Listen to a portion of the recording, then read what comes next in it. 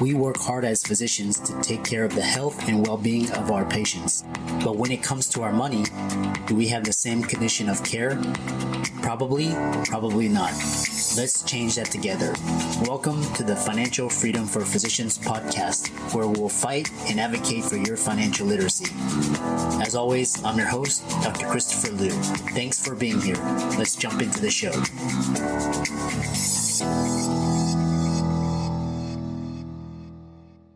This week's episode is sponsored by CityVest. CityVest has quickly become the most popular and best way for doctors to invest in top-performing real estate private equity funds that are usually reserved for institutional investors. This unique access to investing in these institutional funds is available for the first time ever through CityVest's easy and secure online investment platform. CityVest does the hard work of conducting due diligence and vetting the investments.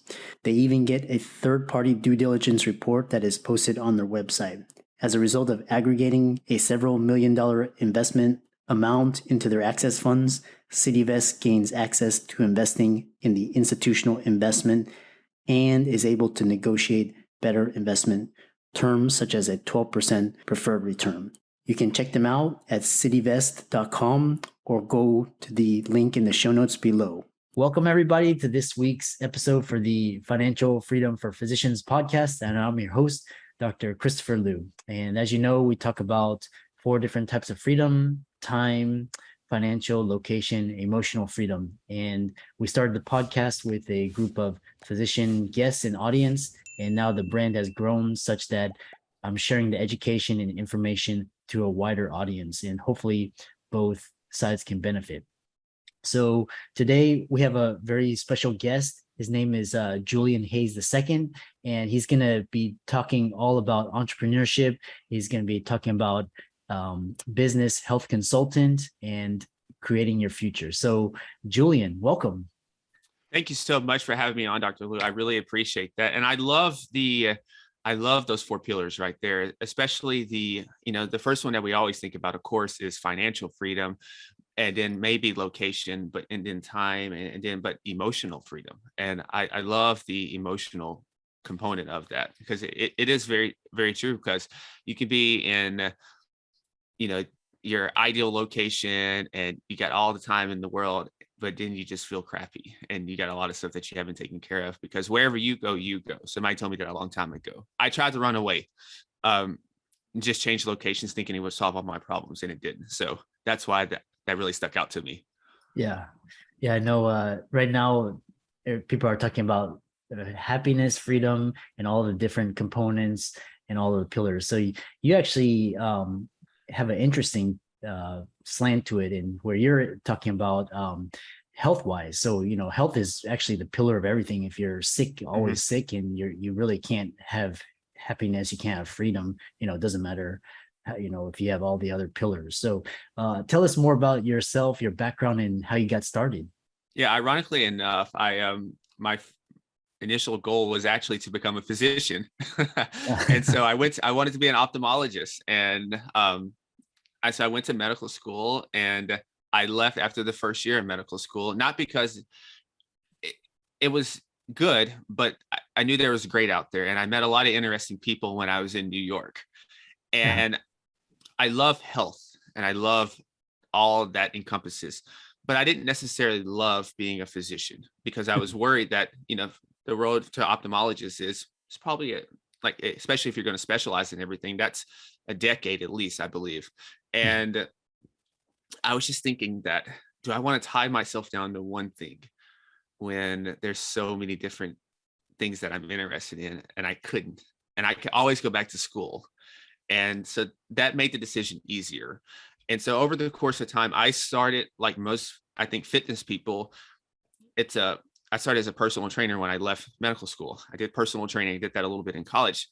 And I got to a point where it was boring, because I was like, well, I think there has to be more, right? And I started noticing different things in my family. And I got interested in genetics and epigenetics because I noticed certain things propped up a lot down my family tree and other people's family tree. It was nowhere to be found, but they had other issues. So I linked up with some other individuals to learn about this, to get certified, to learn how to do genetic readings.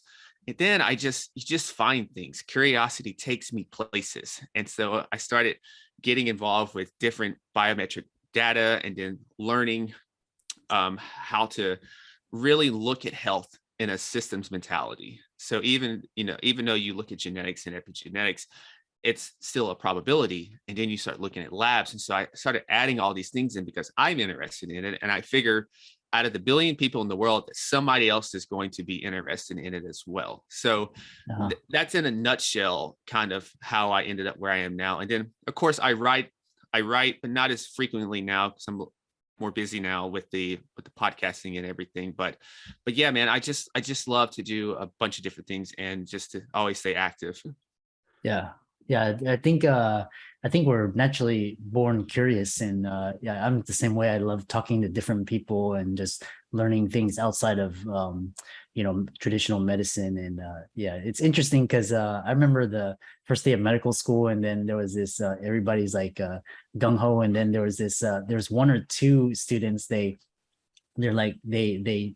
went to the orientation first day, and after that they quit because they were like, I'm not gonna do this. And looking back, I was like, man, I wish I had their balls and their courage. So but, yeah, medical school is it's interesting because I don't think I was excited when I first got there. I think I got excited once I saw a little clinical stuff.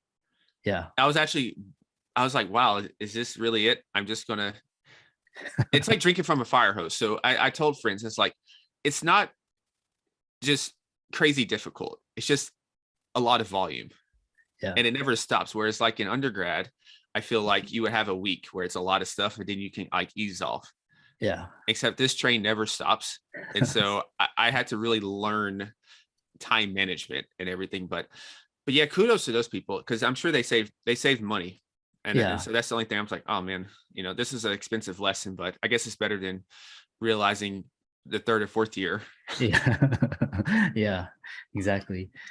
So what's interesting is you talk about genetics and epigenetics, and I know some people may not really tell us more what is epigenetics, and we can go from there. Yeah, so many of us have heard genetics, right? But a lot of times we haven't heard epigenetics. So just to construct that word, is epi means above, and then of course the rest of that is genetics, so it's going to be above the gene. And so a lot of times when we hear that our genes are our destiny, that's not necessarily true, because when epigenetics comes apart, this is basically a part that can express or not express certain genes. And I like to think of this as, look at your body as the hardwire of a computer, and the software is the different inputs.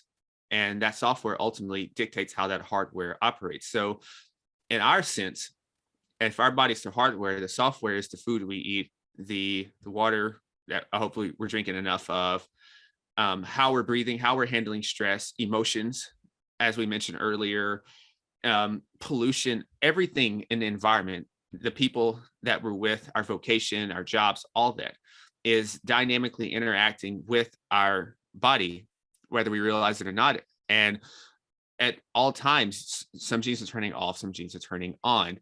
And so in a nutshell, what this looks like in a practical sense is, and this is still very early, and so this is just getting better, but basically you can be more precise with how you go about establishing a health and fitness plan.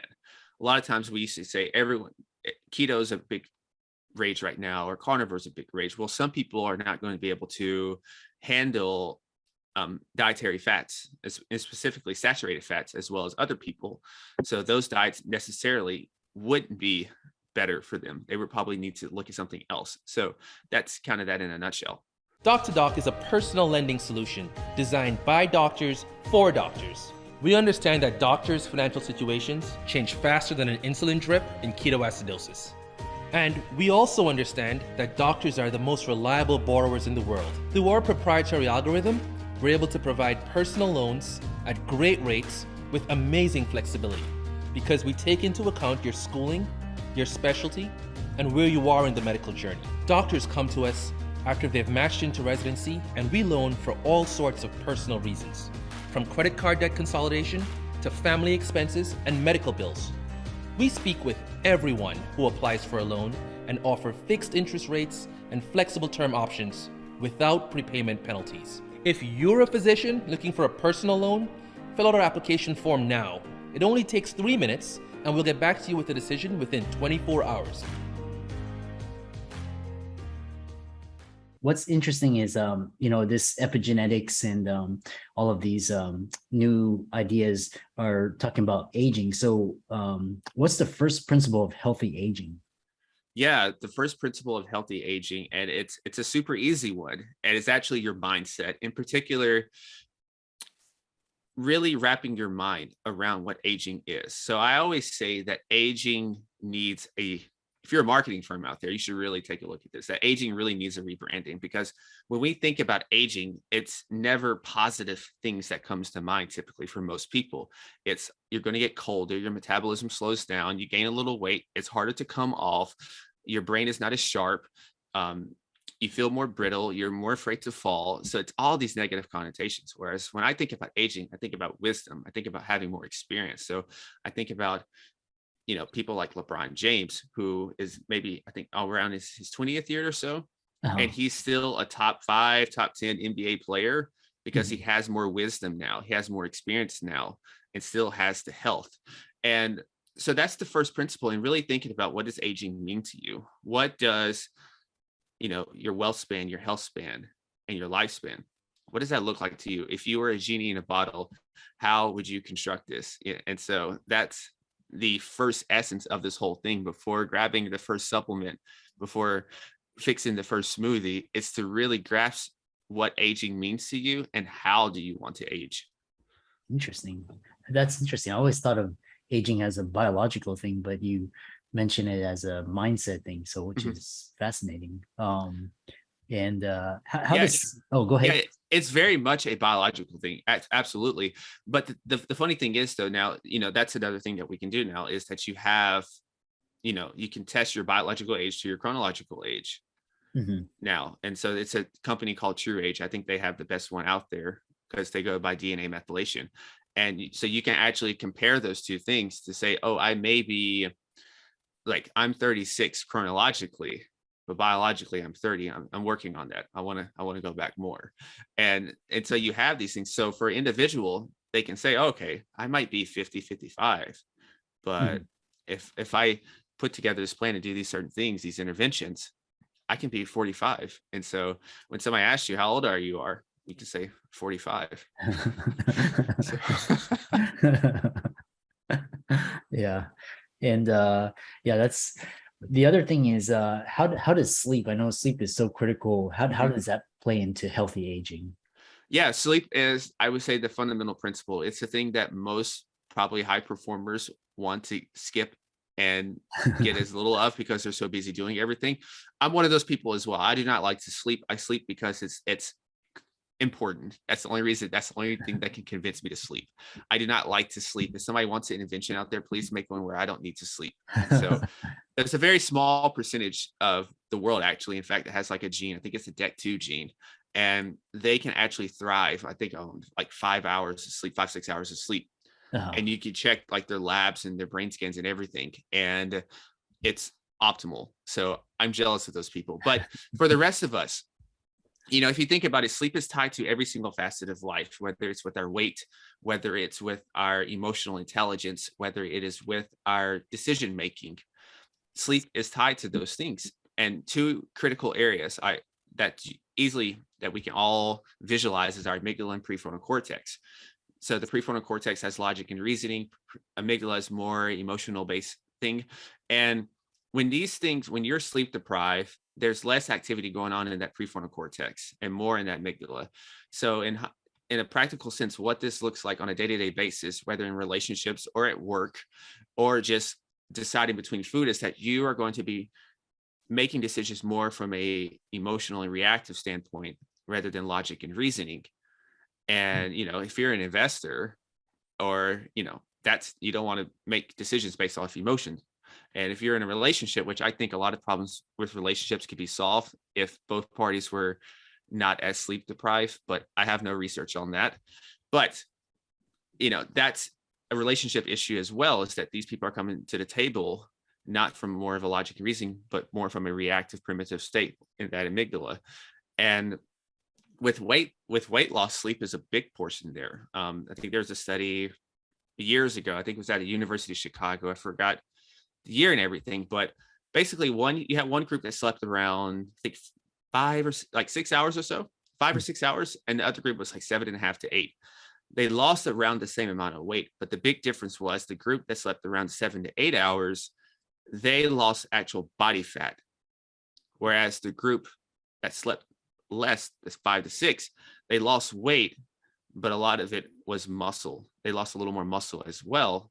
Mm-hmm. And so as we know, lean body mass is a very important metric to look at when it comes to changing your body composition. I know this world talks a lot of times about just losing weight. Well, there's different forms of losing weight. There's water weight. There's losing weight with muscle as well. So having that LBM still increase with that group that slept more was an indication there as well. And then it helps with hormones as well. Yeah. It's the more I think about, the more I read, and it's so important to get 8 hours or more to maintain proper optimal functioning. And the other thing is, what's interesting is, so we talked about mindset, we talked about sleep, and then we'll talk about nutrition. What is one universal nutrition tip that you think would help everybody maintain peak and optimal performance? Yeah, I think it's setting up, answering 4 critical questions. It's how do you eat, what do you eat, where do you eat, and when do you eat? It sounds so basic, but what you're doing in that situation is you're giving yourself structure. And a lot of times we operate on randomness. And when we operate on randomness, typically the decisions are not ideal, or we're going to eat on how we feel in that moment. Mm-hmm. And, so how do you eat? Well, what do you mean, how do you eat? Like literally, how do you eat? And a lot of this goes about like, what type of nutritional structure are you going to go with? And some people eat in a very stressful state, and that can affect a lot of our gut issues. Uh-huh. So simply taking time, maybe 5 or so minutes beforehand, to just simply do some deep breaths to collect yourself, and then eat your meal, can help your digestion right there. Because we hear a lot of times now about more and more people seem to be having gut problems. Yeah. And and I guess I'm guilty of this as well, is that sometimes I'm multitasking. I'm watching a lecture or something while I'm eating, or I'm trying to take care of emails while I'm eating, but that's taking a lot of the focus off of my digestion in that moment. So that's just one of the examples right there. And then, where do you eat? For most people, the where do you eat, most of the time, breakfast is easy. We get that. If you're going to eat in the morning, some people fast. It's really the midday, when you're in the swing of just working and you're in your groove, you don't want to stop. What are you going to do then?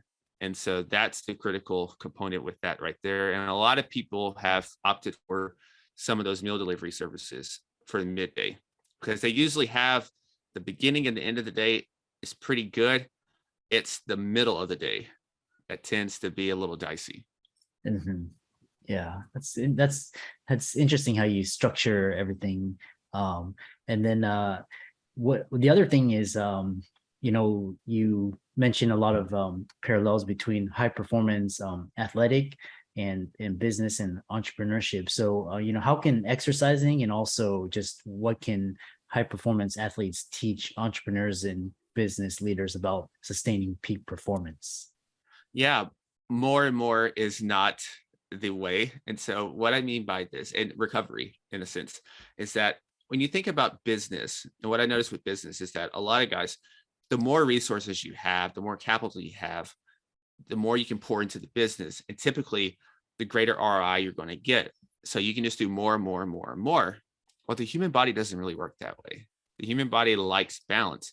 Now, sure, you can get to a point to where you're doing a lot of volume, you're running a lot miles weekly. But you're not going to start that way. And if you do, then you're going to have to recover as much as you train. Excuse me. And this is the thing that, especially a lot of businessmen, typically miss the ball on, because they're very type A, very competitive driven. So let's use CrossFit, for example. They want to go from 0 to 100 in CrossFit. And you're right.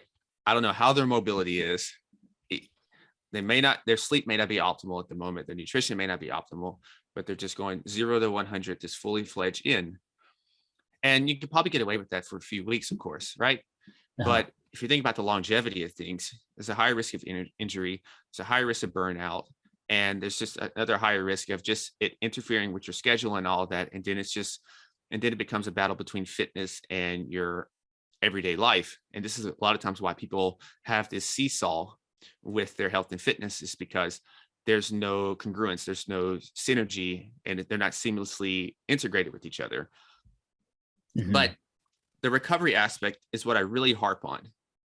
And because we see these amazing athletes doing these amazing feats, but we don't see the behind the scenes work. We don't see the baths, the ice baths. We don't see the massage sessions. We do not see the sauna sessions. A lot of times we do not see a lot of this stuff. So all we see is the doing, but we don't see what leads up to that. And this is the same thing as individuals when they apply for their health. Yeah, that's interesting. I know I've heard about the ice baths. What is the sauna sessions? What is that, and how does it help? Yeah, so if you're more interested in, look up what's her name? Dr. Rhonda Patrick. Mm-hmm. She talks a lot about saunas, but saunas is, I like to look at it as you can use it before and after your workouts. I tend to prefer after, and it's helping with blood flow. It's helping with something we call heat shock proteins. I know it helps with clotting as well, if for individuals to have that issue or not. I know sometimes you get certain illnesses and you can have a potential risk factor down the road for clotting. So sauna helps with that. I think I'm trying to think of her study off the top of my head, and I think it was a 30-minute session with a 20-minute rest and then another 30-minute session. And I forgot the number that it boosted, human growth hormone. Mm-hmm. And I believe a couple times a week, around 20 minutes, it reduces all-cause mortality. Wow. Because a lot of the Scandinavian countries do a lot of research in this, and because they're like, I think everyone has it there. It's like as common as drinking water for us is their sauna use. So I believe the sweet spot is 20 minutes per session. Mm-hmm. Most people probably will not start with 20 minutes. Yeah, right. But it's something to work up to. But a couple times a week, it does reduce all-cause mortality. And I forgot about what percentage. Yeah, that's fascinating. How you can use extreme temperatures, extreme cold, mm-hmm. and extreme heat to I've actually done the 2-minute Wim Hof daily cold showers, and that really improves your energy and your focus and your clarity. So I hate cold. Give me heat over the cold. I've done it. I do them both, but for some people, this goes back to, like I said, our individual makeup. Some people can handle the heat a lot more than the cold, and vice versa. Yeah. Cold showers, for some reason, even for 2 minutes, are just so brutal to me. Whereas I can sit in this sauna literally for 20 minutes and just like relax. Oh, another good thing is that the sauna is just going to sweat out a lot of the heavy metals and pollutants that they get in our body. And so that's another big one, because you can be as diligent as you want, but you're still going to get heavy metals and everything in the world. At least I'm speaking for America, at least, right? Yeah. So it's pretty much impossible to avoid. So the sauna helps with that a little bit as well. Excellent. Well, Julian, it's been a really fascinating discussion. That you're very knowledgeable, and I like how you incorporate health and science in athletics into business and becoming a top performer. So I know a lot of people are interested in finding more about you and learning about you. So how can they do that? Yeah, you can just simply find me at theartoffitnessandlife.com, and it will have all the social media links and the podcast link and much more there. Yeah. And to the audience, Julian's resources will be in the links and show notes. And Julian, it was a fascinating discussion, and hopefully we look forward to working with you in the future. Thank you so much for having me on. I appreciate it. I'm excited that you made it for another episode. You are truly the best. If you've been following the show for a while, you know that my passion is to bring you the education you need to find your path to financial freedom. Please come back week after week for new content, new resources, and great guests. Until then, if you haven't already, please be sure to check out the website, www.drchrislumdphd.com for more support. I'll see you next week.